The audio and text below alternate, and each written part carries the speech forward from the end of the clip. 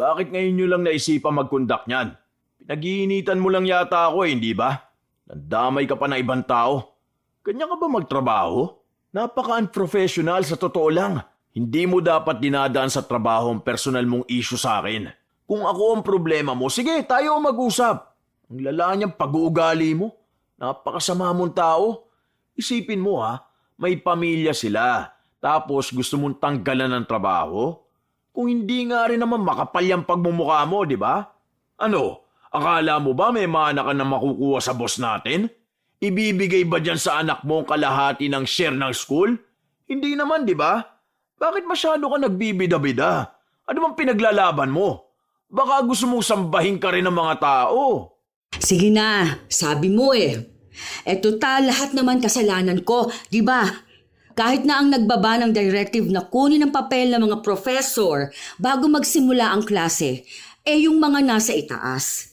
Sa dami ng gurong tinanggalan mo ng trabaho at pinalitan mo, ikaw pang may ganang magsalita ng ganyan sa akin. Wala rin naman sigurong masama kasi may mga masteral naman ang hawak mo, di ba? Depende na lang kung may kinakatakot kang iba. Basta, mag-provide ka lang ng naaayon na papeles nila. Wala tayong magiging problema. Pero kung may problemang mang iba, baka ikaw mismo. Baka yung pag-uugali mo. Hindi ako naninira ng iba. Gawain mo yon, kaya wag mong ipasa sa akin. Minsan, kung sino pa ang taong tinulungan mo, siya pa ang magmamalaki sa'yo. Ganon ang dinanas ni Celia matapos niyang tulungan ang kanyang kaibigan. Pero sadyang ang mga taong mapagmataas ay sinisingil ng langit. May pagkakataon pa kayang magbago ang isang taong mapagmataas o sadyang dadamahin na lang niya ang masakit niyang pagbagsak. Uy ma'am, naabutan pa kita. Oo nga pala, nakalimutan ko sabihin. Dumaan kahapon si Ma'am Jennifer. Nagtatanong kung saan niya pwedeng i-verify yung yung regarding dun sa maling time record niya. Oh, bakit? Pinakita ko na sa kanya yun Bakit nagtatanong pa rin siya? Nag-double check daw kasi siya ng schedule na bigay sa kanya. Basta sabi niya, hindi raw yun ang schedule niya. Anong hindi? Pinirmahan niya yon nung nag-request siya na i-move ang schedule niya. Tapos ngayon, sasabihin niyang hindi. Aba, ewan ko rin. Kanino ba kasi pinasa yun? Sa akin ang notice, pero si Sir Francisco nag-approve. After ibigay ni Sir sa akin, finoward ko na kaagad for notice sa faculty and kay boss. Basta yun ang sabi niya. Hindi niya raw alam. Basta ako pinasa ko kay Sir Francisco since siya ang nakita kong initial approving officer. Bakit pinasa mo kaagad? Dapat sinamahan mo. Andito pa yung papers niya. Ang gulo-gulo naman. Kakausapin niya lang naman daw para malinaw. Bahala sila. Ay nako, papaka-stress pa ba ako sa ganyan? Napatigil ang dalawa sa kanilang usapan matapos na marinig ang pagsigaw ng isang lalaki mula sa kabilang silid. Pal na mukha mo, tinatakot mo ako? Sige, magpa-labor ka. Yang katangahan mo ang isaayos mo. Pulpul ka na nga magturo, ngayon pati ka may tatakutin mo dahil lang sa kamalian mong bobo ka. Dapat matagal ka nang wala rito Pinagtsatsagaan ka na lang namin. Tapos ganito pa? Wala kang utang na loob. Sige, lumayas ka nang wala kang maipakain sa pamilya mo. Magdidildil kayo ng asin. Ako na nga nagbibigay ng maayos sa trabaho sa'yo, gaganyanin mo pa ako. Ang ayoko sa lahat yung kinakalaban ako. Sinasabi ko sa'yo, tignan natin kung may mapasukan ka pang trabaho. Puwisit ka. Nagkatinginan ang dalawa bago nila ipinagpatuloy ang pagliligpit ng kanilang gamit. Ang lalaking galit na yon ay si Francisco, ang direktor ng isang pribadong paaralan na pinapasukan ni Lori at Celia. Sa katunayan ay si Celia ang nagpasok kay Francisco matapos nitong humingi ng tulong sa kanya 4 na taon na ang nakalilipas. Dati ay matalik silang magkaibigan, kaya hindi nag-atubili si Celia na magpaabot ng tulong. Pero hindi akalain ni Celia na malaki ang ipinagbago ng kanyang kaibigan matapos na magkaroon ng mataas na posisyon. Tila ba naging mapagmataas na ito sa lahat at madalas na siya ang dahilan kung bakit may mga umaalis na guro. Ilang beses naman na ring pinagsabihan ni Celia si Francisco, pero dahil nilamon na ito ng kanyang sistema, hindi na siya pinakikinggan. Iniisip na ni Francisco na ang sino mang may mababang posisyon, walang karapatan na kontrahin siya. Dahil doon, naisipan na lang ni Celia na kausapin ang asawa ni Francisco, ang isa pa niyang kaibigan na si Jane. Dahil mas maayos siyang kausap, sa kanya na lang naglabas ng hinaing si Celia. Pasensya ka na talaga. Sige, pagsasabihan ko na lang siya pag uwi niya. Basta, sabihin mo na lang sa kanya yung mga nasabi ko, Mare, ha? Kasi sa totoo lang, takot na sa kanya ang lahat eh. Kahit nalapitan o kausapin siya, ang bilis naman kasing uminit ng ulo nun. Ang pangit pa ng mga lumalabas sa bibig niya. Puro masasakit na salita na lang. Ay, kung alam mo lang kung paanong hiyang-hiya ako sa tuwing sinasabi mo yan sa akin. Hindi rin kasi basta nakikinig yun sa akin eh. Minsan abala siya sa trabaho niya. Pero promise, mamaya kakausapin ko talaga siya. Ang ano ko lang kasi, dahil ikaw ang nagpasok sa kanya tapos pati ikaw inaaway niya. Hindi dapat ikaw ang humihingi ng pasensya. At saka, kababata ko kayo eh. Ipinasa ko lang naman ang papel niya tapos nakuha siya sa trabaho. Maganda rin naman ang credentials niya. At saka, sa totoo lang, magaling naman siya magpatakbo. Hands-on nga siya sa lahat ng events sa school.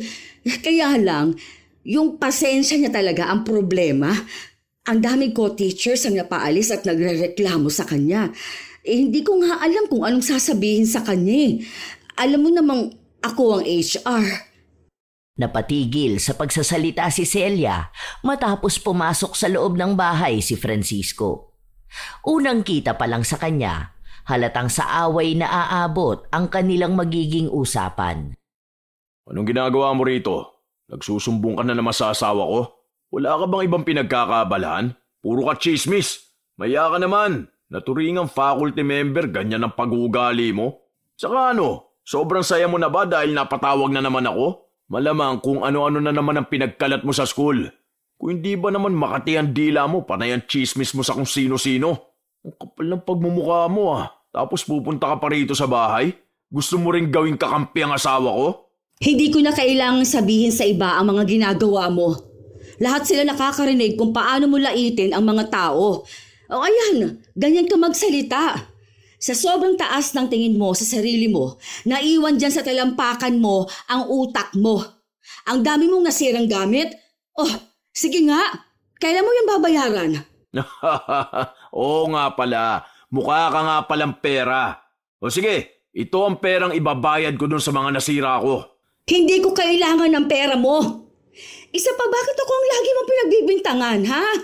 Ako lang ba yung taong nakikita mo sa opisina? Anong tingin mo dun sa iba? Mga bulag? Mga bingi? Ikaw ang gumagawa ng kahihiyan mo tapos sa iba mo ipapasa? Dahil kung hindi mo sana sila kinakampihan, wala silang lakas ng loob na makipagsagutan sa akin. Di sana may mga respeto sila. Paano? Bastos ka rin sa akin. Ang hirap mong pakisamahan sa totoo lang. Nagmamagandang loob lang nga ako sa kanila. Kung sana kaya mong kontrolin ang sarili mo. Kaso hindi. Yung mga aso mo ang pagsabihan mo. O, kita mo. Ano pag-uugali yan? Sa tingin mo, yung ganyang pag-uugali mo walang naiinis sa'yo? Kung alam mo lang kung gaano karaming tao na ang pinakiusapan ko para lang hindi ka mai-report. Tapos ngayon, nakikita mo pa ako bilang kalaban mo? Anong gusto mo mangyari? Magkaroon ako ng utang na loob sa'yo? Mabuti na lang, mabait sa akin ang asawa mo. Buti na lang, inaalala ko ang mga anak mo. Dahil kung hindi, baka wala ka nang mapasukang trabaho.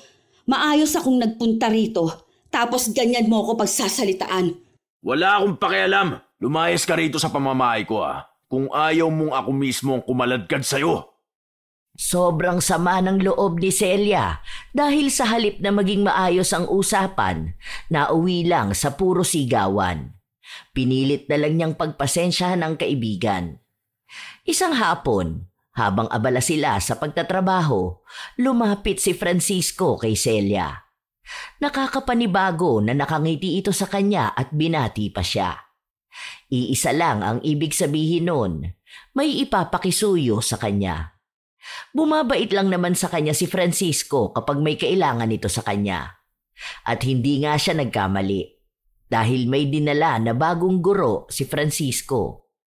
Isang batang-bata pang babae na mukhang katatapos lang sa kanyang pag-aaral. Ano sa tingin mo? Okay siya, no? Magaling yun. Sobrang talino nun. Grabe. Patapos na ang semester. Hindi na muna tayo kukuha ng bago. Yun din ang ibinaba ng notice sa amin. Di ko naman sinabi na ngayon. Consider mo lang para sa next sem, di ba? Kulang na kasi tayo ng professor. Baka mahirapan na tayo sa susunod na sem. Ang daming umalis. Wala pa tayong kapalit. Kumpleto na papers noon. Ready na yung mag-start. Nakausap ko yung mga umalis. Balak nilang bumalik next sem. Kapag kinuha ko pa yan, sa sobra na tayo. Pinapaasikaso pa naman sa akin yun. Kasi mga dati na rin naman tao yun dito. Bakit kailangan mo pang isipin yung mga umalis? Hayaan mo na sila. Di ba magkaibigan tayo? Magkababata? Sabay tayong lumaki.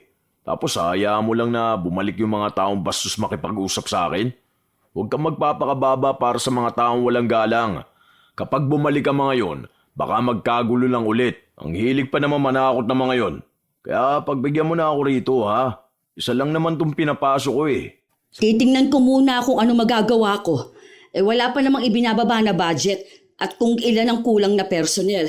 Sasabihan kita kapag may bakante pa. Sino ba kasi yun? Ang dami mo namang hawak na tao. Salamat. Wala yun. Anak ng kaibigan ko. Naghahanap ng work eh, kaya dito ko nalang ipapasok. Basta diretso ko na sa yung resume niya, ha? Ikaw na ang gumawa ng paraan para makapasok siya.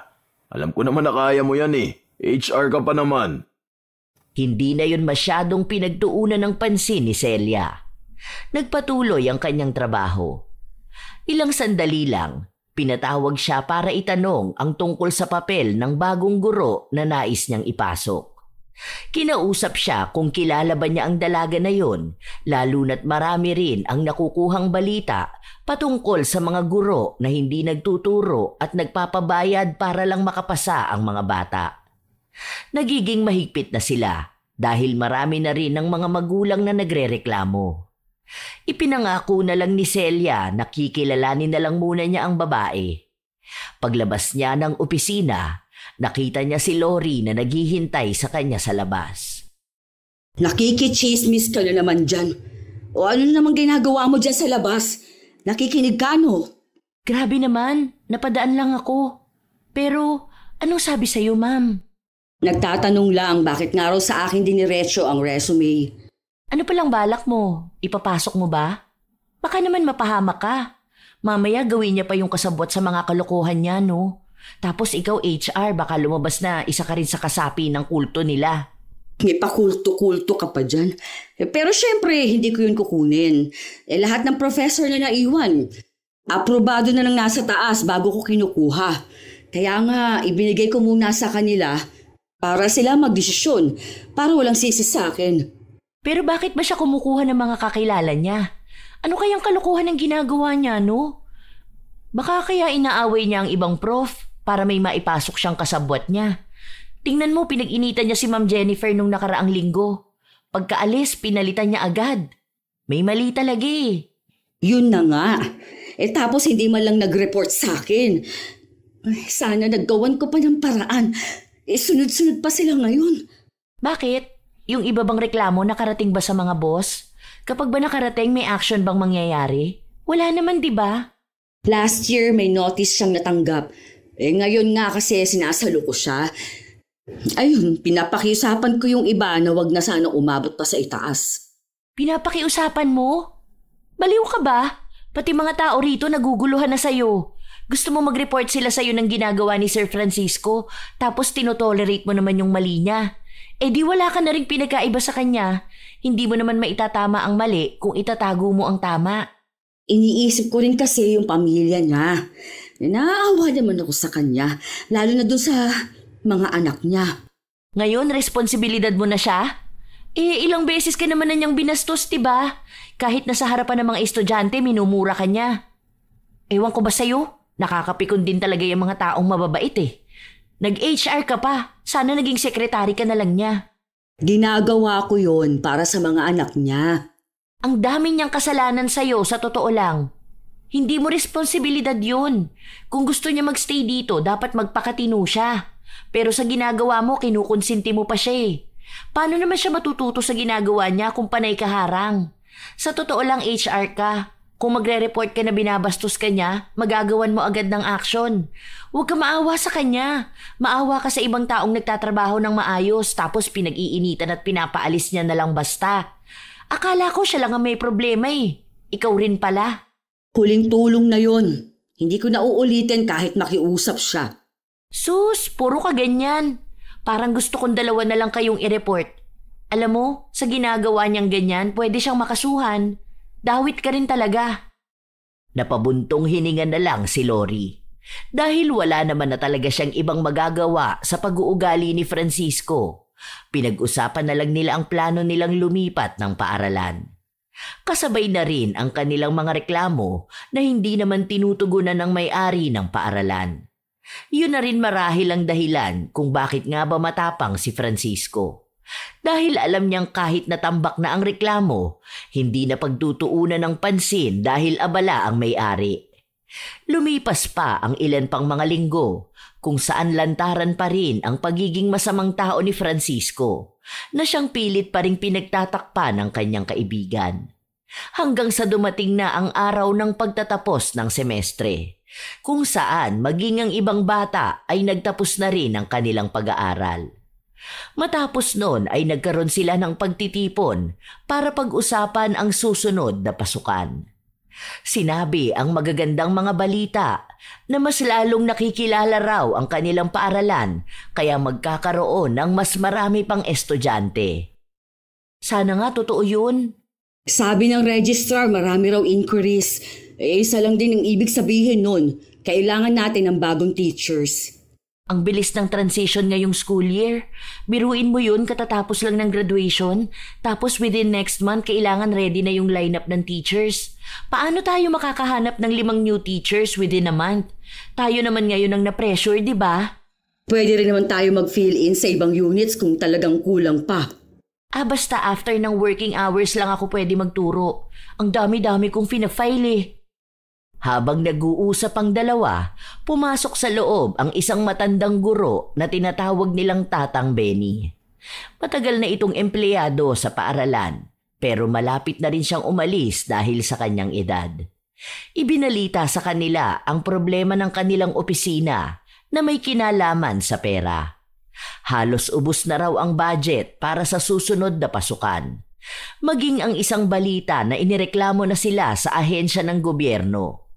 Kalat na raw ang balita na yon, lalo na't kay Francisco rin ang bato ng usapin.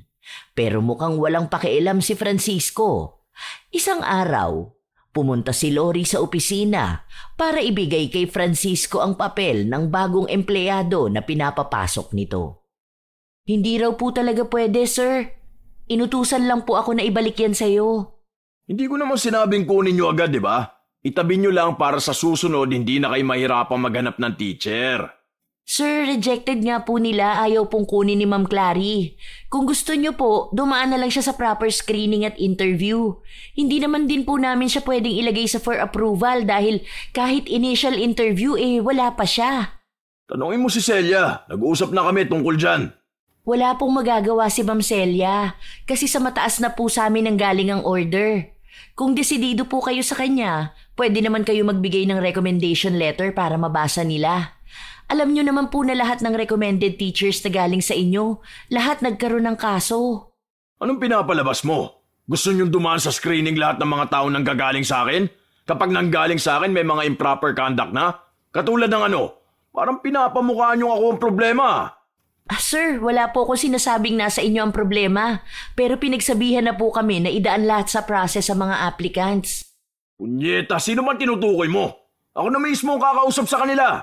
Nakarating sa akin na may mga professor daw na nanluloko ng oras, di ba? Sa akin nyo pa rin isisisi yun? Honestly speaking po, ang time record po ay nanggagaling sa inyo, sir. Kami lang po ang nagdo-double check kung tama sa record. Yun lang po ang alam namin. Ang pinapalabas mo sa akin ang gagaling ang problema? Ako ang nandadaya, ganun ba? Tarantado ka pala bobo ka ba ha? Ewan ko kung bakit nandito ka sa school na to Halata namang walang laman niyang utak mo. Ako pa pala ngayon ang pinagbibintangan nyo? That's not what I said. Now, if you can excuse me, narelay ko na po ang directive na binigay ni ma'am sa akin. Hindi mo ba alam na paninirang puri ang sinasabi mo? Pinupuntire mo pa lahat ng tao malapit sa akin. Discrimination din tong ginagawa mo. Parte rin ba yun ang trabaho mo? Calm down, sir. Wala po tayo sa kalye para magtaasan ng boses. Kung maaari po sana, babaan nyo ang boses nyo. Huwag po kayong magmumura at manlait. Mahiya naman po tayo sa mga nakakarinig sa atin. O hindi ba ito ang gusto mo? Ikaw pa ang may karapatang mamahiya pagkatapos mo akong sugurin dito sa opisina. Tapos ipapamukha mo sa akin na mandaraya at hindi ako marunong sumunod sa process nyo? Ngayon ikaw pa magsasabi na wala tayo sa kalye? Yun na nga eh. Wala tayo sa kalye. Pero yung ugali mong kanal, dinala mo rito. Ayusin mo yung pananalita mo sa akin ha. Baka gusto mo mawalan ng trabaho bukas. Kapag nawalan ka ng trabaho, ano ipapakain mo sa pamilya mo mga timawa ha? Tarantado ka pala eh. Sir, kapag hindi nyo po binantayan ang pagsasalita nyo, gagawan ko kayo ng incident report. Hindi ko po pinapaalala yon. Warning lang po. Ayusin nyo rin ang ugali nyo. Tinatakot mo ba ako? Sino ba ako at ang lakas nyo magsipagpuntahan dito para maghanap ng gulo? Ano ba ang posisyon ko para sa'yo? Nalilitang ka ba sa akin? Hindi na kayo marunong gumalang ah. Tandaan mo ah, bago ka lang dito. Ako pa rin ang nag-aproba sa'yo kaya ka nakapasok dito. Ayusin mo ang tono mo kapag ako ang kausap mo. Pinagkakaisahan niyo ako, di ba? Mga duwag kayo, mga walang utang na loob. Matapos si Cecilia, ikaw naman. Bakit? Anong tingin mo? Makakapagtago ka sa saya ng head nyo? Siya ang papuntay mo rito para kausapin ako. Hindi ako tatanggap ng salita mula sa walang modong tao. Parang walang pinag-aralan. This is my last warning, sir. I'm only following legal process. Kindly do the same at wala po tayo magiging problema. Thank you. Naging matapang at palaban si Lori kahit na alam niyang maaaring siya na ang susunod na pag-iinitan ni Francisco. 30 minuto na ang nakalipas matapos ang oras na dapat ay tapos na ang trabaho. Inabot kay Lori ang sahod ni Francisco dahil siya na lang ang hindi pa nakakakuha. Nagmamadali kasi ang katrabaho nila dahil may kailangan itong asikasuhin sa kanilang bahay. Ma'am, ikaw na lang mag-abot kay sir. Total friends naman kayo, di ba? Ikaw ang pumirma sa kanya.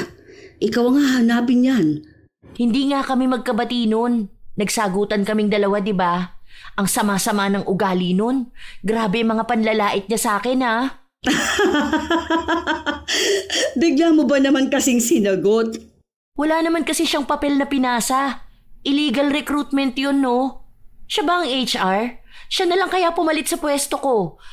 Pasok siya ng pasok ng kung sino-sino. Ipapasa lang yung resume, tapos gusto niya wala ng interview. Ano, picture-picture lang tanggap na agad sa work? Tapos tayo masisisi kasi tayo ang may kakayahang mag-hire? Ikaw rin kasi ma'am, masyado mo siyang sinanay noon. Oh, ikaw na rito, uuwi na ako. Bahala kayo dyan. Oh, hindi ka ba sasabay papunta kina Kuya Benny? Ah, oo nga pala, ngayon nga pala yun. Sige, sabay na tayo. Hatid ko na lang muna itong sahod ni Francisco. Nang matapos magligpit ng gamit si Celia, agad din siyang nagpunta sa conference room. Kumaway at kumatok siya sa salamin para tawagin si Francisco, pero bahagya lang nitong binuksan ang pinto. Mamaya na, nakita mo nang nasa meeting ako, di ba? Ano bang kailangan mo? Ibibigay ko lang tong sahod mo. Pauwi na kasi kami eh. Wala naman ng tao sa office. Dali lang, mamaya ka na umalis. Bibilangin ko lang. Baka mamaya kulang to eh. Mahirap na. Baka biglang kinupitan nyo pa to. Hirap pa naman magtiwala kung kani-kanino. Wala ba akong pipirmahan? Wala. Napirmahan na ni Ma'am Lori. Nakalimutan mo yatang tawagin ako sa meeting ng mga professor. Wala ba ako sa lineup? Ano na naman problema mo? Nagsisimula ka na naman yata ng away eh. May mga patirada ka pa diyang akala mo nagbibiro. Wala. Sabi mo kasi bibigyan mo ako ng teaching loads. Bakit hindi ako natawag? Hindi ka ba makapaghintay matapos ako sa meeting bago mo ako kausapin? Pinagsabihan na kita kanina, di ba? Hindi ka ba nakakaintindi o nananadya ka lang na pahiyain ako? Masaya ka yata kapag ganito tayo mag-uusap eh. Pahiyain?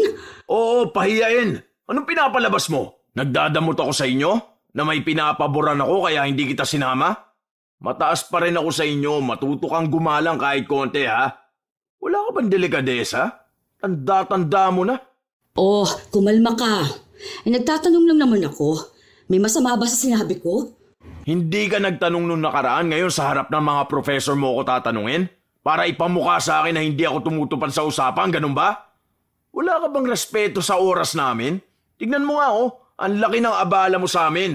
Wala ka talagang hiya no? Nakaraan pa ako naghihintay ng tawag mo. Kasi sabi mo may bakanting subject. Dumaan lang naman ako para mag-abot ng sahod mo. Kung ano-ano lang sinasabi mo. O di sana inilapag mo sa lamesa ko. Sinabi ko bang idaan mo pa sa akin? Dadahilan mo pa tong sahod ko para gumawa ng rason para bastusin at questionin ako sa harap ng mga tao. Lumabas si Francisco at naglakad palapit kay Celia. Wala siyang salitang sinasabi, pero baka sa mukha niya ang galit. Halos nais niyang saktan ang ginang, kaya umatras na lang si Celia. Bastos ka! Hinaan mo ang boses mo. Hindi kita binabastos. Bastos ka! Baka nakakalimutan mo mas mataas pa rin ako sa'yo. Tandaan mo, ikaw matanda ka ha? HR ka lang. Matuto kang lumugar. Matuto kang gumalang. Punyeta ka. Hindi ako kung sino lang para pahiyain mo ako ha. Magkakasubukan talaga tayong dalawa. Wala akong pakialam kahit nasabihin mo kaibigan kita. Tinatarantado mo ako Ang tanda-tanda mo na pero ganyan pa rin ang ugali mo. Walang naging laman niyang kukote mo. Palibasa, yung ugali mong kanal, dala-dala mo rito. Wala kang kwenta. Kaya ka nga iniwan ng asawa mo, di ba? Sino ba naman kasi magtsatsaga sa ganyang pag-uugali mo? Napaka-chismosa mo pa. Hindi kumibo si Celia. Nakatingin lang siya kay Francisco. Pinigilan lang sila ng ibang tao roon. Nang umalis na si Francisco, halos mamula ang mga mata ng ginang, lalo na't pigil ang kanyang luha. Puno ng sama ng loob ang kanyang dibdib. Kaya nang makita siya ni Lori, nag-alala ito sa kanya. Bakit? Ano nangyari? Bigla niya na lang akong sinigawan. Nagbiro lang naman ako sa kanya. Narinig pa ng mga bata. Balita ko nga mainit ang ulo nung nakaraan pa. Pero wala naman siyang karapatan na mamahiya ng ibang tao. Gusto niyang galangin siya pero siya naman tong walang galang sa iba. Ay, nakakainis! Aalis na talaga ako. Hindi ako nagtagal dito para ganyanin lang. Kahit kailan, hindi giginhawa ang buhay ng ganyang tao. Sa totoo lang, pinipigilan ko lang na magsalita ng masama. Pero maghihirap sa buhay ang tao na yan. Lalayuan niya ng mga nakapaligid sa kanya. Isinusumpa ko talaga siya. Kumalma ka na muna, ma'am. Maling-mali talaga siya. Ano na lang ang tinuturo niya sa mga estudyante? Na kapag galit, okay lang hindi gumalang? Umalis na lang sila para pumunta sa bahay ni Tatang Benny. Ilang araw na lang kasi ay aalis na ito sa trabaho dahil magre-retiro na siya. Isa siya sa mga naging kakampi ni Celia. Mabait at sadyang maunawain. Naikwento na rin nila ang ginawa ni Francisco at si Benny ang nagbigay ng payo kay Celia. Ilang sandali pa, ang naging usapan nila ay napunta naman sa mga maling ginawa noon ni Francisco. Saan mo naman nabalitaan yun? Chismosa ka talaga. Ano bang detalye? Alam ko lang muntik na siyang makulong. Hindi ko alam yung tunay na dahilan. Sayang naman. Sana nakulong na nga lang talaga siya. Hindi ko rin sigurado, pero sabi, parang tungkol sa mga online students sa Maynila. Hawak niya kasi pera ng school, tapos may nawawala. O ayun, na-report siya. Ang sabi, nagawa naman niya ng palusot, pero pinaalis pa rin siya. Tapos kinuha mo pa rin para pumasok sa work? Ma'am, ayos ka lang po ba? Tapos ganyan kanya ipahiya? Oh, pustahan tayo, ipagtatanggol mo pa yan. Kasi nga friends kayo, tapos nakakaawa naman ng mga anak niya. Ay, tumigil ka na nga dyan. Hayaan mo ma'am, gagantihan natin yan. Kapag ako talaga yumaman, ako. Oo nga pala, nagtataka ako. Di ba friends kayo? Bakit parang pansin ko ang engrande ng buhay niya? Yumaman ba siya bigla? Ewan ko, hindi ko rin alam ang sagot Kasi sa pagkakaalam ko, hindi naman siya tumatanggap ng ibang trabaho. Pero alam mo naman ang may mga katungkulan, maraming paraan kung paano kumita ng pera. Minsan nga iniisip ko na gumagawa na siya ng illegal. Ang galing niya lang. Nakalusot siya ng pera kahit na hindi siya taga-accounting. Pero sa totoo lang, mahirap makakuha ng pera sa pagkakaha. Kasi ang pagkakaha, bantayan ng mga matataas. Pero kapag mga pakimkim at mga kalokohan, imposibleng hindi alam ng nasa itaas. Katulad ng online classes na international students ang kinukuha. Ganong klaseng kalokohan ba, ma'am? Alam mo, sa sobrang dami mong alam na chismis, hindi ko alam bakit ka pa nagtatanong. O kanino mo narinig yan? Secret. Pero hindi ko alam paano yun. Hindi sila opisyal na enrolled sa school natin. Pero hindi ka ba nagtataka? Kung minsan may mga tumatawag na kukuha ng certificates pero wala sa system natin. So, tayo ang may kasalanan? Di ko gets. Ibig sabihin, nagbabayad sila ng enrollment fee. May record silang pinapakita, katulad ng transfer of money at mga grades. Nung kinausap namin si Sir, ang sinasabi niya naman, tutor lang naman daw niya yun. Hindi ba bawal yun? Bakit niya ginagawa yung ganun? Bawal kung bawal. Kulong ka kung mahuli. Kaso nga, wala namang estudyante ang nagrereklamo kapag kinausap na ni Francisco. Nawawala na sila. Tapos, malaking problema pa dahil nakapangalan pa sa school natin. Ang dami kong nalalaman na kalokohan ha. Parang ang sarap pakipagkaibigan sa ganun. Marami akong matututunang kalokohan. Ay, kapag ganyan ka, iiwan kita. Sa lahat ng gugustuhin mong matutunan, yung may posibilidad na makulong ka pa. Kawawa naman yung mga magulang ng estudyanteng nagbabayad at kumakayod para lang makapag-aral ang anak. Tapos lolokohin mo lang? Biro lang. Pero ang tagal niya nang ginagawa yon tapos di man lang nahuhuli. Ang galing niya. Nagpatuloy ang kanilang usapan hanggang sa lumapit si Benny. Doon lang nila ito nakausap ulit at sinabi na hindi na muna niya itutuloy ang kanyang pagreretiro. Dahil may utang siya sa pag-ibig at kung hindi niya raw yun mababayaran, wala pang 5,000 ang makukuha niyang huling sahod. Kung kakayanin niya pa raw, sa susunod na taon na lang siya magreretiro. Malalaki naman na mga anak mo, hindi ka ba nila sinusuportahan? Malamang, Lori. Anong gusto mo? Sa anak siya aasa ng retirement niya? Sinabi nga niya sa akin na gusto niyang magbukas ng maliit na tindahan. Hindi ang inaano ko yung sa pension niya. Makukuha niya pa rin naman yun. Pero iniisip niya rin yung retirement niya. Ganyan na rin iniisip ko ngayon. Bukod na lang doon sa problema ko kay Francisco. Lumipas ang ilan pang mga araw kung saan hindi nagpapansinan sina Francisco at Celia. Nagpapatuloy na lang sa trabaho si Celia dahil kung bibigyan niya ng pansin ang kaibigan, baka nga lalo silang magkagulo. Isang araw, habang papunta ng banyo si Lori, napansin niyang naglilinis sa kabilang banyo si Tatang Benny. Biniro niya pa ito na masyadong masipag. Pero sinabi lang sa kanya na inutusan siya ni Francisco na maglinis ng banyo dahil wala raw ang tagalinis at may darating na mga bisitang magsusuri sa buong paaralan. Dahil sa nalaman ni Lori, galit siyang bumalik sa opisina at sinabi yon kay Celia.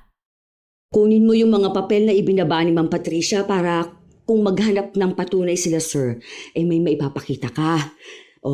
Ipapaabot natin itong report na ito. Hindi pwedeng basta sila magpapalipat ng tao sa dapat trabahong ng iba. Sila ang nagdedesisyon. Hindi porket mataas siyang si Francisco, iisipin niyang siya na ang masusunod. Inis na sumugod si Lori sa opisina ni Francisco. Bit-bit niya ang folder na naglalaman ng mga papeles tungkol sa patakaran nila. Wala siyang pakialam kahit nakapansin-pansing abala si Francisco sa mga papel na pinipirmahan nito. Ano na namang ginagawa mo rito? Sir, kayo po bang nag-utos kay Kuya Benny na maglinis ng mga kubeta? Talagang pinagawa niyo pa yun sa matanda? Pinapatulong ko lang naman siya, total wala naman siyang ginagawa. Huwag mo sabihin kinukontra mo ang utos ko. Huwag mo akong patawanin, bata. May binaba na po kasing notice for transfer of employee, especially for Kuya Benny. We're not going through any transition para kailanganin siya ng kabilang department. Sana po alam niyo yun, di ba? Parang kulang sa department ng maintenance natin. Kaya ako na yung nagbigay ng order for assisting. Wala kang karapatang kontrahin ako. Kung ano ang sinabi ko, yun ang dapat niyong sundin. So you're not gonna do anything about the situation? Si Sir Benny ay under ng ibang department. May overemployment na nga po tayo sa maintenance. Paano nyo masasabing kulang sa tao? At kung talagang kailangan po nila ng assistance, andyan lang po kami sa office namin para kami ang magbababa ng instruction. Hindi ikaw, kundi kami. Kailangan ko na bang i-report sa inyo lahat ng gagawin ko mula ngayon? Hindi ba HR lang naman kayo? Baka nakakalimutan nyo kung saan kayo dapat lumugar. Para yatang akala nyo mga langaw kayo nakapatong sa ibabaw ng kalabaw. Wala po kaming hawak sa business nyo, sir.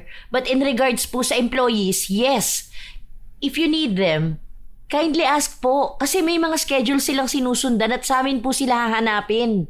At kung talagang kailangan sila, sa amin po manggagaling ang letter. Do you need the list of employees under their respective department? In that case, bigyan ko na lang po kayo ng copy. Para naman hindi kayo nagmumukhang walang alam sa trabaho ng bawat tao rito. Padabog pang inilapag ni Lori ang papel at hindi na siya naghintay pa ng sasabihin ni Francisco. Sadyang hindi niya lang kinaya ang kahambugan nito at ang pagmamataas. Tila ba wala na rin siyang pakialam kung pag-iinitan ba siya nito o bigla na lang ding tatanggalin sa trabaho. Para sa dalaga, ilalaban niya kung ano ang sa tingin niya ay tama. Lumabas na rin siya kung saan nakita niya si Celia na siya namang papasok sa loob ng opisina ni Francisco. Ikaw na naman ang may pakana nito, no? At talagang tinuruan mo pa ang bata mong maging bastos sa nakakataas sa kanya? Hindi mo ba tinuturuan kung paano siya gumalang, ha? Ang kapal ng mukha niya sumugod sa akin at pagsalitaan ako ng ganon. Walang iya siya. Kahit na sino, walang may karapatang ganunin ako. Kung alam mo lang kung paano ako nanginginig ngayon sa galit, hayop siya! Hindi ko kailangang magsumbong. Hindi ako bata na naghahanap ng kakampi. Ano bang ipinuputok ng butsi mo? Kaya nga ako napasunod dito dahil kailangan din kitang makausap. Wala na akong panahon para dyan sa mga salita mo.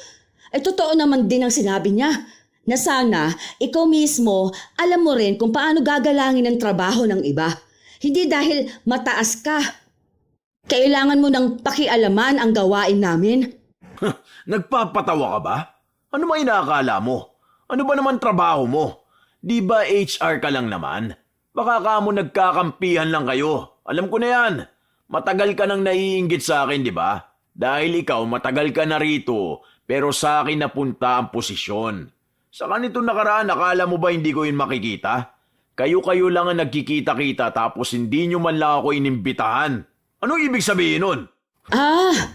Lumalabas na ang dahilan kung bakit ka nagagalit. Para ka namang bata na hindi sinali sa laro.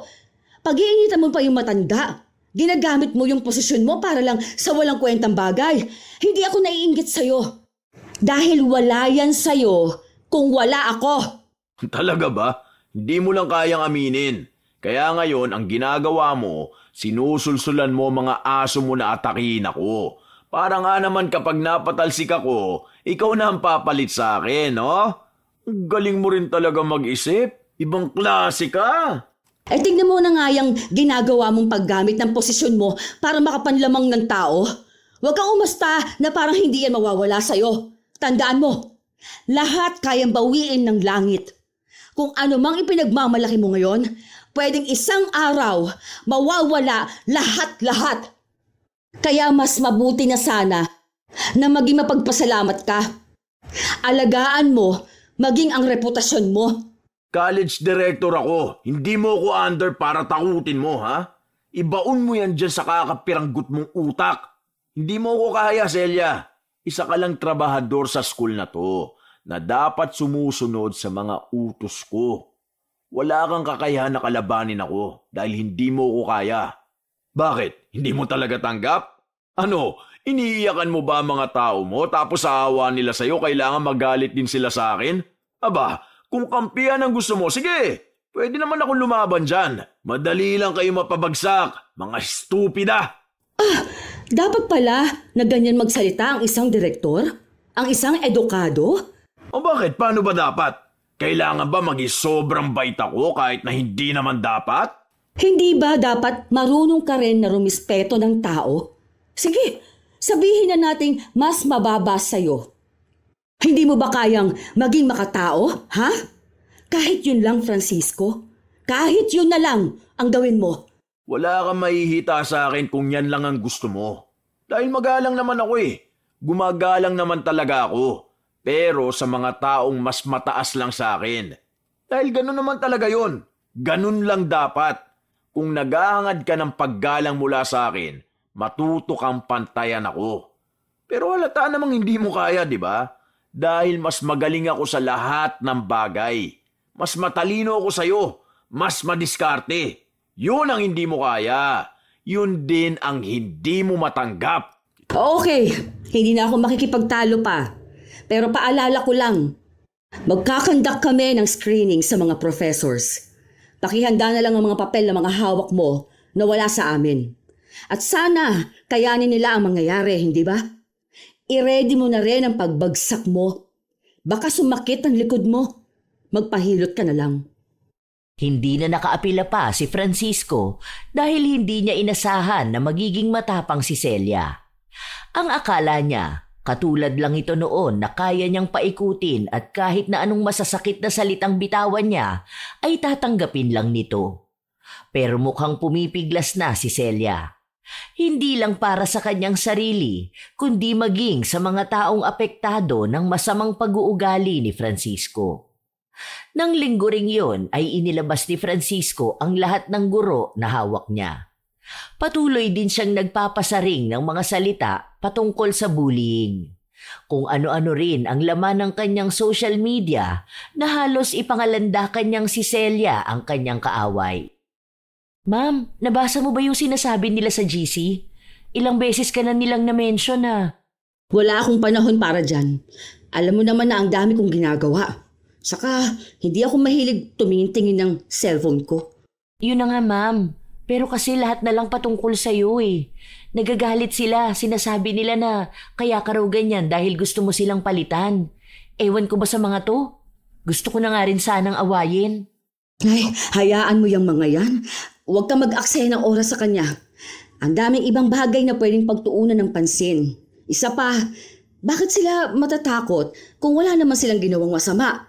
Hindi sila mawawala rito kung maayos ang trabaho nila. Kaya ibig lang sabihin niyang galit nila na yan, ay may mga itinatago sila.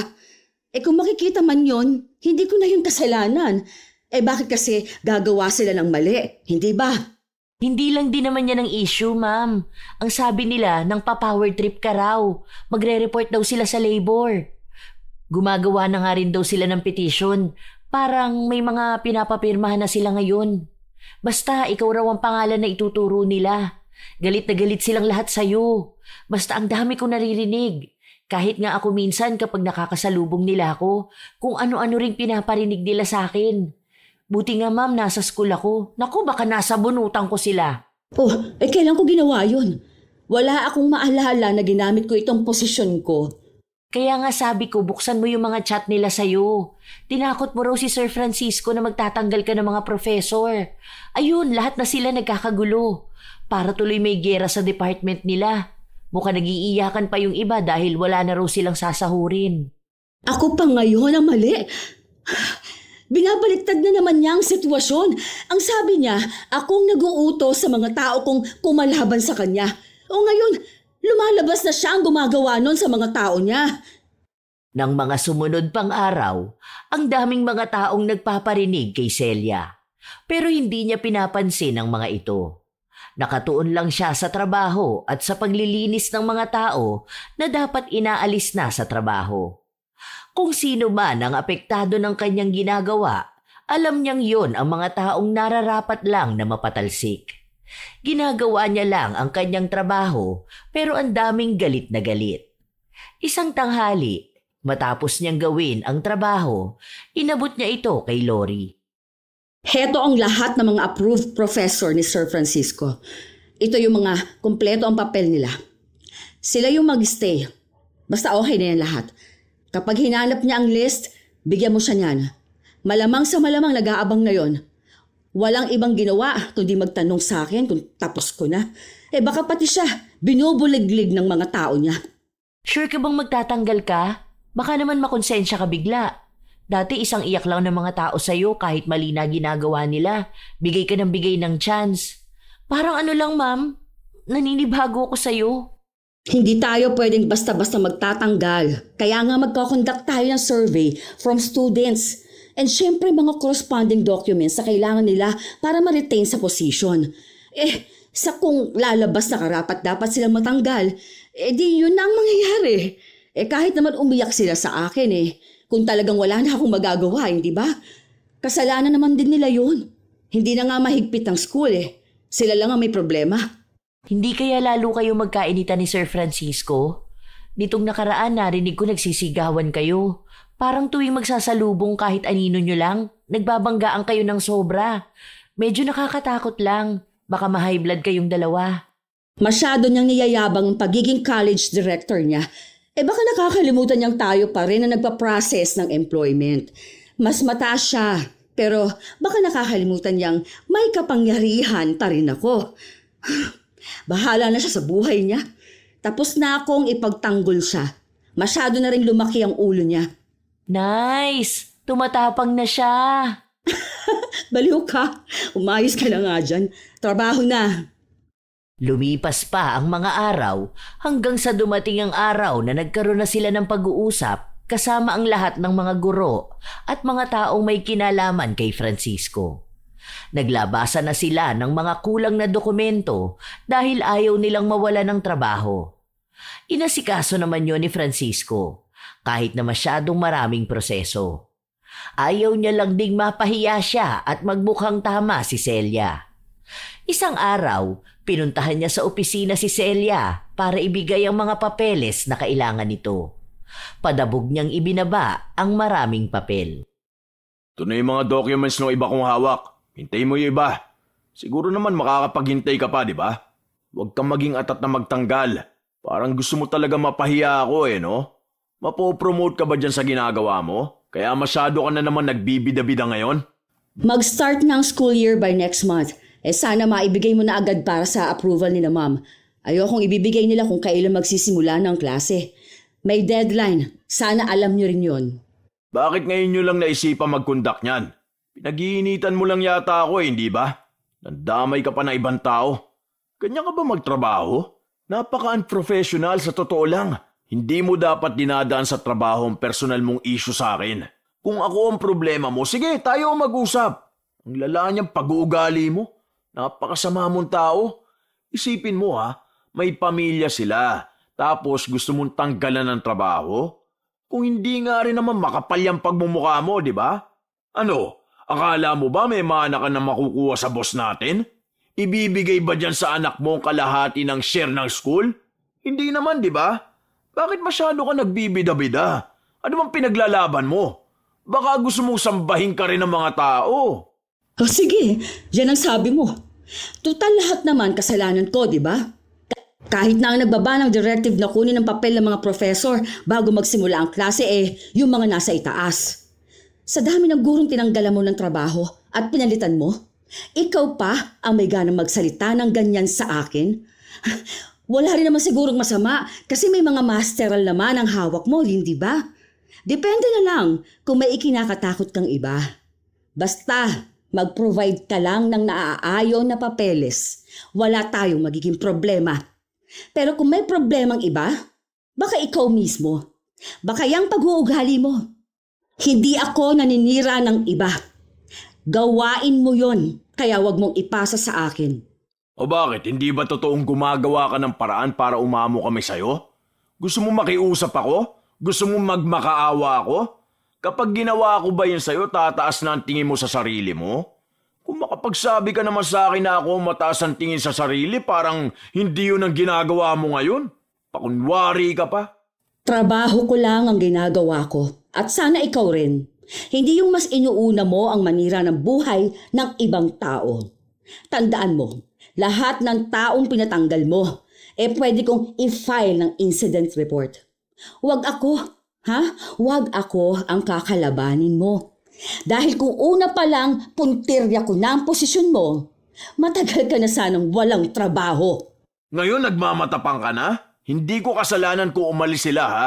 Sila ang nagdesisyon nun sa buhay nila. Wala akong kasalanan dun. Ikaw ang madalas na mamahiya sa kanila. Pinagmumura mo sila. Pinagsisigawan mo palagi, di ba? Alam mo, kung hindi lang tayo magkaibigan at hindi ako naaawa sa mga anak mo, matagal na rin kitang kinasuhan.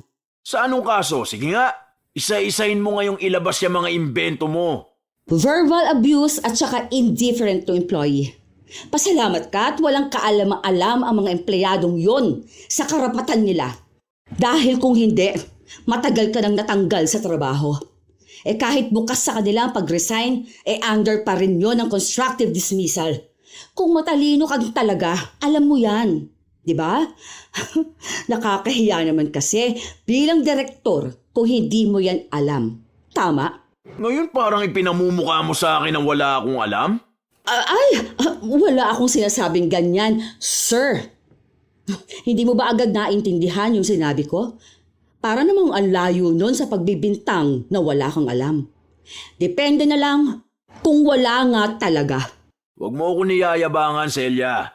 Iisa lang naman ang hawak mo sa akin, di ba? Yung ikaw ang nagpasok sa akin. Sa ikaw lang naman ang nagbigay ng resume ko. Pero ako pa rin naman ang nagdala sa sarili ko sa mas mataas na posisyon. Dahil magaling ako, hindi dahil kilala kita. Kaya huwag mo akong pagsasabihan na dapat ako magkaroon ng utang na loob sa'yo. Ano, gusto mo rin bang gamitin ang salitang utang na loob para mapasunod ako? Paano mo ba gustong bayaran ko ang utang na loob na yan, ha? Narinig mo ba akong inuulit ko sa'yo na wala kang utang na loob? Kaya mo yan naaalala dahil alam mo na meron ka talagang utang na loob sa akin.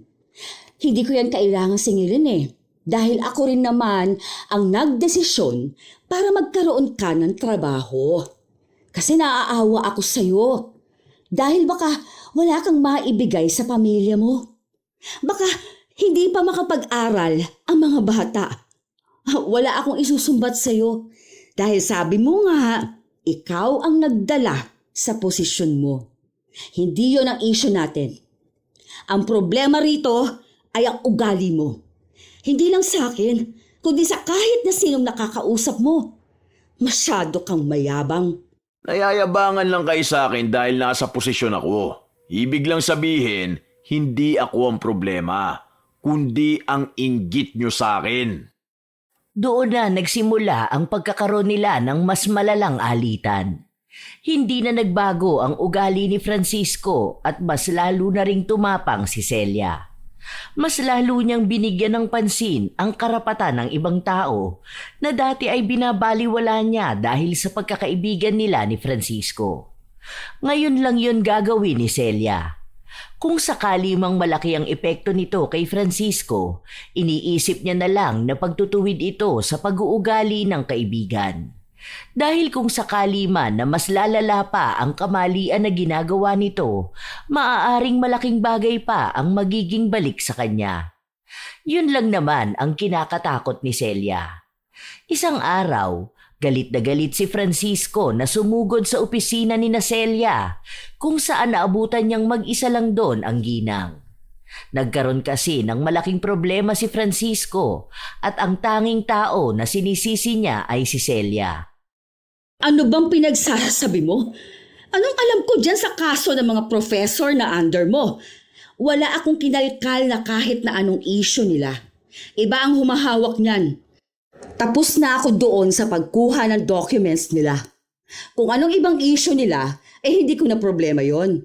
Huwag mo sa aking isisi ang lahat. Alam kong ito ang nagpapasaya sa'yo. Ang nakikita mong nahihirapan ako at yung ibang mga tao ko, di ba? Sa sobrang saya mo, baka ilibre mo mga aso mo. Ano, lalabas ba kayo mamaya? Pagkakatuwaan nyo na unti-unti na akong bumabagsak? Ang toxic mo no? Grabe na yung inggit sa katawan mo. Sinabi ko na sa'yong wala akong alam sa mga sinasabi mo. Nag-file lang ako ng report. Kung may kaso sila, kasalanan na nila yun. Pati ba naman yun sa akin mo nalang isisisi? Hindi ako toxic. Siguro may pagkamasama ang ugali ko pero hindi ako toxic na tao. Ayusin mo yung pananalita mo, ha? Susugod ka sa akin dahil lang sa ganyan? Kanino mo gustong isisi? Alangan namang sa akin na naman, na ako na naman ang problema. Di ba yun naman ang palagi mo sinasabi? Papaawa ka na naman dyan. Gagamitin mo na naman ang mga salita mong matanda ka na masyado para sa kung ano-anong gulo. Alam mo kung hindi mo naman pinakialaman ng mga tao ko, wala naman magiging problema eh. Sinisira mo lang talaga ang pangarap ko. Ayoko makipagtalo sa'yo. Basta alam kong wala akong ginagawang mali. Sinasabi ko sa'yo sa oras na mawalan ako ng trabaho, ikaw ang una kong papatayin. Total wala na rin namang kwenta yung buhay mo, di ba? Para sa ganun na lang din ako makakaganti sa yung hayop ka. Sisiguraduhin ko sa'yo na kapag bumagsak ako, kasama ka rin babagsak. Nakaramdam ng takot si Celia sa mga salita sa kanya ni Francisco. Nang matapos ang ginagawa ni Celia, umalis na rin siya sa kanyang trabaho. Hindi niya alam na pati pala si Lori ay sumunod sa kanya. Ayaw na kasi niyang magkaroon pa sila ng malalang away, kaya siya na lang ang lalayo. Ginawa na lang niya ang lahat para mabigyan ng katarungan ang mga taong inapi ni Francisco. Aminin man niyang minsan nakakaramdam siya ng konsensya para sa iba, pero mas iniisip niyang kung pangungunahan siya nun, hindi rin maitatama ang mga mali. Wala na rin namang pagkakaibigan na masisira dahil matagal na itong nawasak dahil sa kanilang alitan. Isinalba na lang niya ang kanyang sariling buhay. Humahanap na lang siya ng ibang paaralan na pwede niyang mapasukan. Kasama niya rin naman si Lori na humahanap din ng pwede nilang lipatan na trabaho. Simula noon, hindi na siya nakatanggap ng kahit na anong balita sa paaralan na dati niyang pinapasukan. Iniiwas na lang din kasi niya ang sarili sa maraming isipin. Makalipas ang ilang buwan, habang namamalengke si Celia, nakasalubong niya si Jane. Hindi pa nga niya ito namukaan nung una dahil iba na ang itsura nito. Mare, ano nangyari sa'yo? Ha? Bakit naman nagkaganyan na ang itsura mo? Naging losyang ka naman na. Hoy, ayos ka lang ba? May sakit ka ba? Ay, kung alam mo lang ang nangyari sa buhay namin ngayon, Mare. Naiiyak na nga ako magkwento eh. Alam mo ba na nawalan na ng trabaho si Francisco? Natanggal na siya dun sa school. Matapos nun, patong-patong na kaso na ang kinaharap niya. Alam mo bang sunod-sunod ang problemang nangyari sa amin? Wala na yung ipon namin, as in ubos lahat. Tapos itong sasakyan namin kakukuha lang ngayon. Isusunod naman na yung bahay namin. Wala na kaming titirhan. Lahat ng pinaghirapan niya, nawala ng ganun lang kadali. Ha?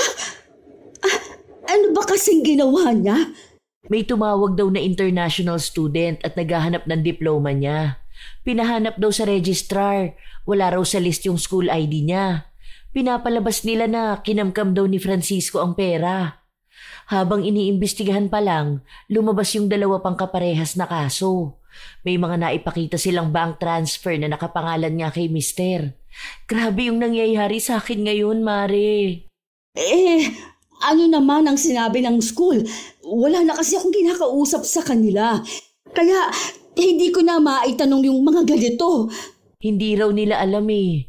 Wala rin sa records ng CHED ang mga estudyanteng yun. Bali lahat pinapasalo nila sa mister ko. Paano naman kami? Kahit nga pangkain namin ng mga bata, wala ako mapang sustento. Kaya binigay ko na muna ang mga bata kina mama. Ang hirap. Hindi ko na alam kung anong gagawin ko.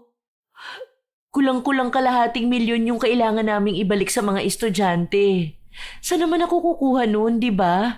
May ipinakita ba silang pruweba? Bank transfers nga. Nung una, sabi ni Francisco, tutor lang naman daw sila. Pero kasi may pinakita silang forms na parang nagpapatunay na enrolled sila tapos pirmado niya rin.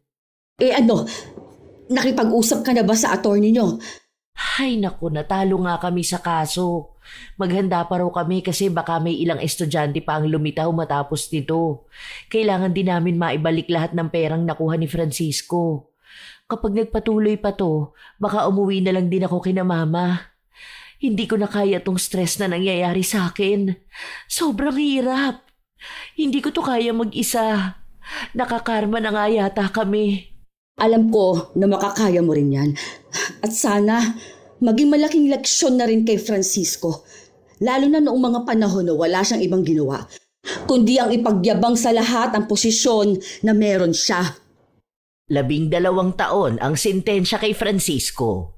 Doon na tuluyang nagsimulang bumagsak ang lahat sa kanya. Wala na siyang kahit na anong bagay na ipagyayabang sa ibang tao. Kung gaano siya naging mapagmataas, siya namang bagsak niya. Nawala ang kanyang yabang dahil hindi niya kayang maging matapang sa loob ng kulungan. Sa totoo lang, naaawa si Celia sa sinapit ng kanyang kaibigan. Pero sadyang yun na ang buhay na kinahantungan ni Francisco. Ilang taon pa ang lumipas, nakahanap ng isang maliit na bahay si Jane kung saan doon muna siya nanatili habang ang kanya namang anak ay nasa poder pa rin ng kanyang mga magulang. Sa ilang taong nakakulong ni Francisco, hindi pa rin sila nakikita ni Celia. Hanggang sa isang araw, bumisita sina Celia at Lori sa bahay ni na Jane. "Mamamas ko po! Manggugulo lang po kami!" "Pasok kayo. Pasensya na kayo kung mainit ha. Wala kasing kuryente naputulan." Kailangan mo ba ng tulong? Magkano ba ang bill nyo? "Hindi na mare, wag na. May trabaho naman ako sa tindahan. Okay na yun pantusto sa pang-araw-araw at pagtulong sa mga anak ko. Kasama ko nga sila ngayon Andyan sila sa kapitbahay na mamas ko." May dala pala kami pagkain. Sinadya talaga namin yan para sa inyo. Napadaan lang talaga rito para mga musta. Alam mo na, sa tanda kong ito, hindi na masyadong makaalis ng bahay. Oo nga pala, bakit hindi mo subukang maghanap ng ibang trabaho? Sa company, ganon. May tatanggap pa ba sa akin sa edad ko? Saka mabuti na rin muna doon ako sa palengke at hindi na nila ako hinahanapan ng kung anong papel. Wala rin akong pang-pamedical kung sakali. Kaunting panahon na lang, makakaluwag-luwag na rin. Magtatapos na ang panganay mo. 2 taon pa, pero kakayanin. Nagwo-working student na nga rin siya para lang makatapos. Ang sipag ng bata na yun. Mabuti na lang at mabuting bata si Miguel. Kahit ganyan na nangyari, hindi pa rin kayo sinisi. Hindi ba? Kaya nga hindi pa rin pala kayo nagkikita ni Francisco? Hindi pa, Mare. Pero siguro sa susunod na linggo dadalaw ako sa kanya. O sige dinala ko lang talaga yan. Aalis na kami. Hindi na kayang magtagal pa ni Celia sa loob ng bahay ni na Jane. Lalo na't nakakaramdam siya ng labis na awa sa dinanas na buhay nito.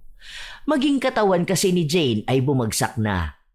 Tinupad naman ni Celia ang kanyang sinabi na dadalawin niya si Francisco.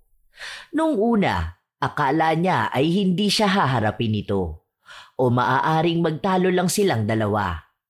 Dahil sa tanda niya, hindi maganda ang huling beses nilang pagkikita. Bumagsak ang pangangatawan ni Francisco. Halata sa kanya na may sakit. Anong nangyari naman sa'yo? Ayos ka lang ba? May sakit ako. Hindi mo ba nabalitaan? Barado ang daluyan ng dugo ko papuntang puso. Naapektuhan din nun ang atay ko. Matagal na to bago pa man ako makulong. Kailangan ng malaking halaga kung sakali man na magpapa-opera ako. Kaso nasa kulungan pa rin ako, di ba? Hindi sa akin nasabi ni Jane. Baka ayaw na rin niya may maabala kami. Buti ka nga dumalaw ka na sa akin Yung anak ko ayaw na akong makita. Alam mo, naiintindihan ko naman ang galit niya sa akin Hindi naman magiging ganun ang pamilya namin kung inayos ko lang ang trabaho ko. Ewan ko kung masaya ka ngayon sa nakikita mo. Grabing epekto ng karma sa akin. Hindi ko akalain na magkakaganito ang buhay ko. Talagang sa isang iglap, wala. Nauubos lahat. Hindi ako natutuwa. Naaawa ako sa'yo, pati sa pamilya mo. Nakikita ko si Jane. Hindi nga ako makatingin na maayos sa kanya. Dahil awang-awa talaga ako. Halos hindi na siya tumigil magtrabaho. Kasalanan ko naman talaga lahat yun Oo, Sarili ko ang sinisisi ko. Kung hindi ako naging gahaman sa pera, hindi naman magiging ganito. Kung sana nakinig lang ako sa mga sinabi mo sa akin, di ba? Ang tigas ko rin kasi nun eh. Akala ko hindi na mawawala sa akin ang posisyon ko. Akala ko kaya ko ang lahat ng tao. Oo nga pala, nabalitaan ko ang lahat ng pinakita mong kabutihan sa misis ko. Ang akala ko, puputulin mo na rin ang koneksyon mo sa pamilya ko eh. Kaibigan ko kayo. Naalala mo pa ba, nung mga bata tayo? Di ba ang sabi ko sa'yo na palagi tayong magtutulungan? Alam ko namang hindi naging maayos ang samahan natin nung magkasama tayo sa trabaho. Pero wala na yun sa akin. Gusto ko lang ding humingi ng tawad sa lahat ng mga nasabi ko sa iyo noon. Sa lahat-lahat. Alam ko, hindi lang isang beses kitang napagsalita ng hindi maganda. Alam ko namang mali na hindi ko agad napagtanto yung pangit kong ugali. At kailangan pang mauwi sa ganitong sitwasyon bago ko malaman na tama ka nga sa mga sinasabi mo sa akin noon. Araw-araw kong pinagsisisihan na hindi ako nakinig sa iyo. Patawarin mo sana ako. Kung hindi mo pa kaya ngayon, umaasa pa rin ako na isang araw magiging maayos din tayo. Hindi ko na rin alam kung ilang taon pa ang itatagal ng buhay ko. Lalo na sa ganitong sakit ko, pero gusto ko lang na bago ako mamatay, makahingi ako ng tawad sa iyo. Maraming salamat sa lahat Ikaw na lang palagi ang tumutulong sa akin. Tatanawin kong malaking utang na loob ang lahat ng pinakita mong kabutihan sa amin. Laki ng pagsisisi ko. Naging pabaya ako sa pamilya ko. Alam mo, nabigyan mo na ako ng chance para mabigyan sila ng magandang buhay. Pero mali naman ang ginawa ko. Totoo pala talaga na grabe kung maningil ang karma, no? Talagang sasairin niya lahat. Wala na sa akin ang pag-aaway natin nun. Okay na tayo. Ayoko man itong nangyari sa'yo pero sana malaki ang natutunan mo sa ganitong pangyayari. Na sa susunod, kung ipagkakaloob man sa iyong ng langit na magkaroon ka ng bagong trabaho, kapag nakalabas ka na, sana matuto ka na makibagay sa mga tao. Huwag kang maging mapangmataas sa iba. Dahil katulad nga ng sinabi mo, kapag ang karma na ang naningil, kahit ang kahuli-hulihang sentimo na utang mo sa iba ay babawiin sa'yo.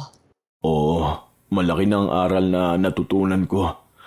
Kaya salamat at sorry din. Hihintayin ko rin ang araw na mapapatawad mo talaga ako ng tuluyan. Alam ko na kahit sabihin mong maayos tayo, may naiiwan pa rin hinanakit sa'yo. Sana magkita pa tayo ulit sa susunod kapag may pagkakataon pang makalabas ako ng buhay. Hayaan mo, makakabawi rin ako sa mga kabutihan mo. Tunay ang sinabi ni Francisco na hindi pa tuluyang naghihilom ang sugat sa dibdib ni Celia. Pero hindi naman ibig sabihin nun ay hindi niya magagawang magpatawad.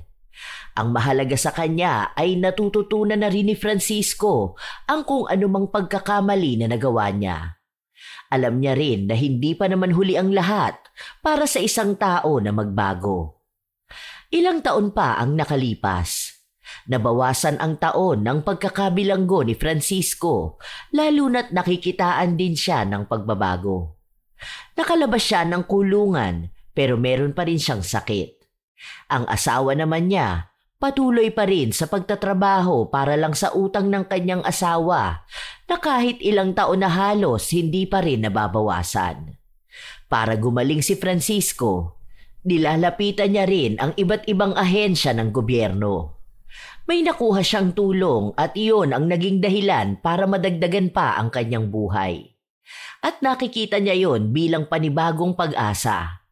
Marami man ang nakikita siya bilang masamang tao, matapos nga niyang makulong, gusto niya pa rin gumawa ng makabuluhan sa kanyang buhay. Sa mga sumunod na buwan, muli silang nagkita ni Celia, nakasama na naman si Lori. Hello, sir. Sir pa rin? Okay po. Hello, tanda. Loko ka talagang bata ka. Oh, oy, ang ganda na pala nitong tindahan mo. Aba, ayos. Business owner ka na. Boss ka na ngayon. Oo nga, ako na ngayon ang amo. Pero si Mrs. pa rin ang boss. Wow, may kinatatakutan pala kayo, sir. Ngayon ko lang nalaman. Sana pala noon si Ate Jane kinuha nating HR.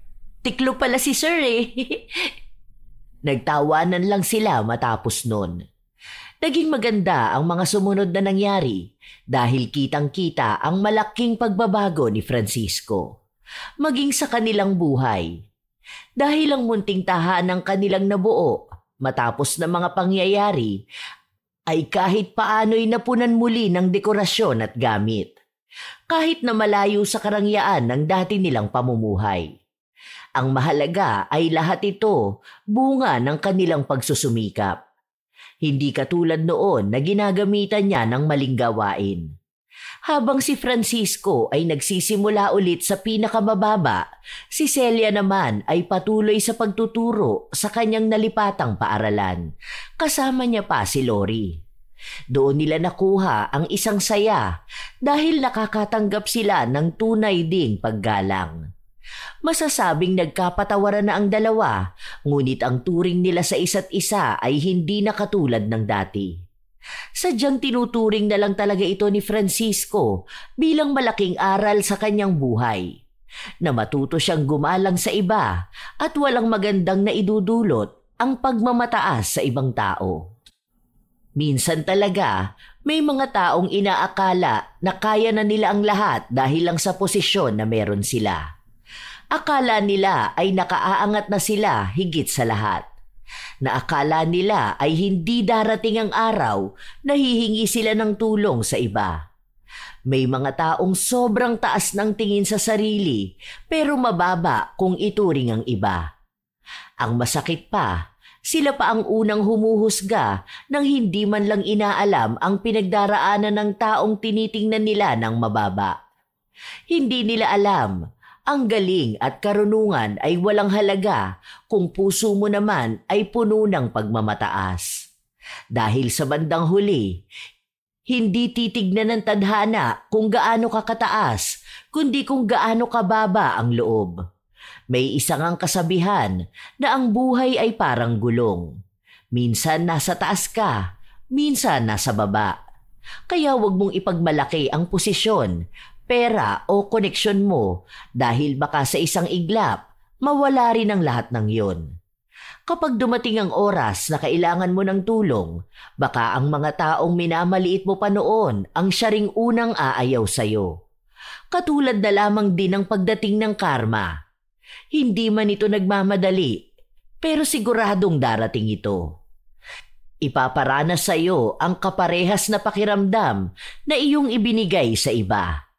Kung may pagkakataon pang maging mabuti, mas mainam na piliin mo yon. Tandaan na lamang na ang tunay na taas ng isang tao ay nasusukat hindi sa kung anong posisyon ang hawak niya, kundi sa kung gaano siya marunong yumuko kahit mataas siya. Madalas sa buhay, may makakatagpo tayong kaibigang tunay na tutulong at masasandala natin sa buhay. Pero hindi lahat ay kayang magpahalaga sa kanila. Marahil ang iba ay inaabuso pa na nauuwi sa tuluyang paghihiwalay nila ng landas. Kayo ba mga apo, nasubukan nyo na bang makatagpo ng ganoong klase ng tao? Kung kayo ay may katulad na kwento, maaari nyong ibahagi ito kasabay ng inyong opinyon. Dahil masaya akong mabasa ito.